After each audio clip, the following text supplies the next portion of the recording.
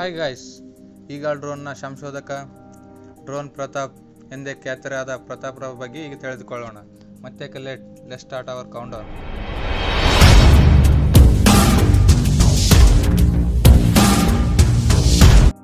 ಪ್ರತಾಪನು ಮಂಡ್ಯ ಜಿಲ್ಲೆಯ ಮಳವಳ್ಳಿ ತಾಲೂಕು ನೆಟ್ಕಾಳ್ ಗ್ರಾಮದ ರೈತರಾದ ಮರಿಮಾದಯ್ಯ ಸವಿತಾ ಎಂಬ ದಂಪತಿಯ ಪುತ್ರ.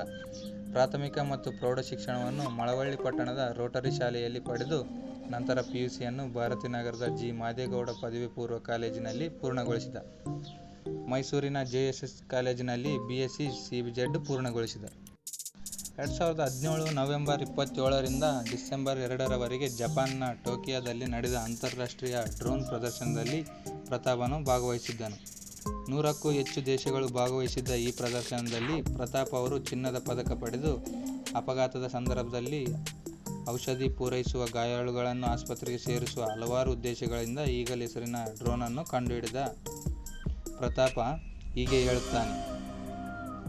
ಈಗಾಗಲೇ ಡ್ರೋನ್ ನೆಟ್ವರ್ಕ್ ಮಾನವ ರಕ್ಷಣಾ ಕಾರ್ಯಾಚರಣೆಗಳಿಂದ ಹೊರತುಪಡಿಸಿ ಗಡಿ ಭದ್ರತೆ ಮತ್ತು ಸಂಚಾರ ನಿರ್ವಹಣೆ ಸೇರಿದಂತೆ ಹಲವಾರು ಪ್ರದೇಶಗಳಲ್ಲಿ ಬಳಸಲಾಗುತ್ತದೆ.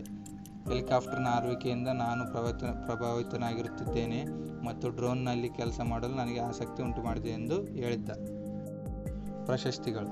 ಪ್ರತಾಪನು 2017ರಲ್ಲಿ ಜಪಾನ್ನಲ್ಲಿ ಚಿನ್ನದ ಪದಕ, 2018ರಲ್ಲಿ ಜರ್ಮನಿಯಲ್ಲಿ ನಡೆದ ಅಂತಾರಾಷ್ಟ್ರೀಯ ಪ್ರದರ್ಶನದಲ್ಲಿ ಪ್ರತಾಪ್ಗೆ ಆಲ್ಬರ್ಟ್ ಐನ್ಸ್ಟೀನ್ ಇನ್ನೋವೇಷನ್ ಮೆಡಲ್ ಎಂದು ಸಿಕ್ಕಿವೆ ಎಂದು ಪ್ರಜಾವಾಣಿ, ಡೆಕ್ಕನ್ ಹೆರಾಲ್ಡ್ ಮುಂತಾದ ಪತ್ರಿಕೆಗಳು ಉಲ್ಲೇಖಿಸಿವೆ.